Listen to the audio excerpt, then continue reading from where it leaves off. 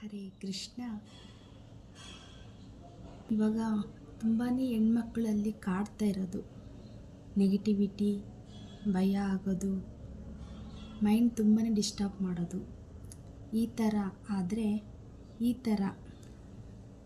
ಆದರೆ ನಾನು ಒಂದೇ ಒಂದು ರೆಮಿಡಿ ಹೇಳ್ತೀನಿ.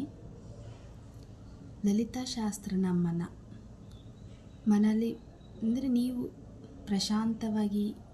ಪ್ರಶಾಂತವಾಗಿರೋ ಸಮಯದಲ್ಲಿ ಲಲಿತಾ ಶಾಸ್ತ್ರನಾಮನ ಸಂಪೂರ್ಣವಾಗಿ ಕೇಳಬೇಕು. ಅಂದರೆ ಮನಸ್ಸನ್ನು ಒಂದು ಕಡೆ ನಿಲ್ಲಿಸಬೇಕು. ಮನಸ್ಸನ್ನು ಯಾವ್ದ್ರಾಗ ನಿಲ್ಲಿಸಬೇಕು ಅಂತ ಅಂದರೆ ಮನಸ್ಸನ್ನು ಅಗ್ನಿದ್ರೊಳಗೆ ನಿಲ್ಲಿಸಬೇಕು. ಅದನ್ನು ಅಭ್ಯಾಸ ಮಾಡಬೇಕು.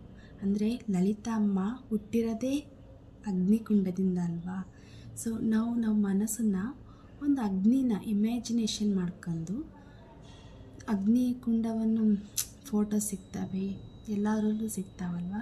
ಅಗ್ನಿಕುಂಡವನ್ನು ಇಮ್ಯಾಜಿನೇಷನ್ ಮಾಡ್ಕೊಂತ ಸಂಪೂರ್ಣವಾಗಿ ಲಲಿತಾ ಶಾಸ್ತ್ರನಾಮನ ಕೇಳಬೇಕು. ಪ್ರಶಾಂತವಾಗಿ ಇಯರ್ಫೋನ್ ಹಾಕ್ಕೊಂಡು ಆರಾಮಾಗಿ ಕೇಳಿ. ಒಂದೇ ಒಂದು ವಾರ ಮಾಡಿ ನೋಡಿ, ನಿಮಗೆ ಗೊತ್ತಾಗುತ್ತೆ ಬದಲಾವಣೆ. ನಾನು ಇದನ್ನು ಮಾಡಿ ಒಳ್ಳೆ ರಿಸಲ್ಟ್ ಸಿಕ್ಕಿರೋದಕ್ಕೆ ನಿಮಗೆ ಹೇಳ್ತಾ ಇರೋದು. ಲಲಿತಾಮ್ಮ ಎಲ್ಲರಿಗೂ ಒಳ್ಳೇದು ಮಾಡಲಿ, ಎಲ್ಲರಿಗೂ ಆಕೆ ಕಾಪಾಡಲಿ. ಹರೇ ಕೃಷ್ಣ.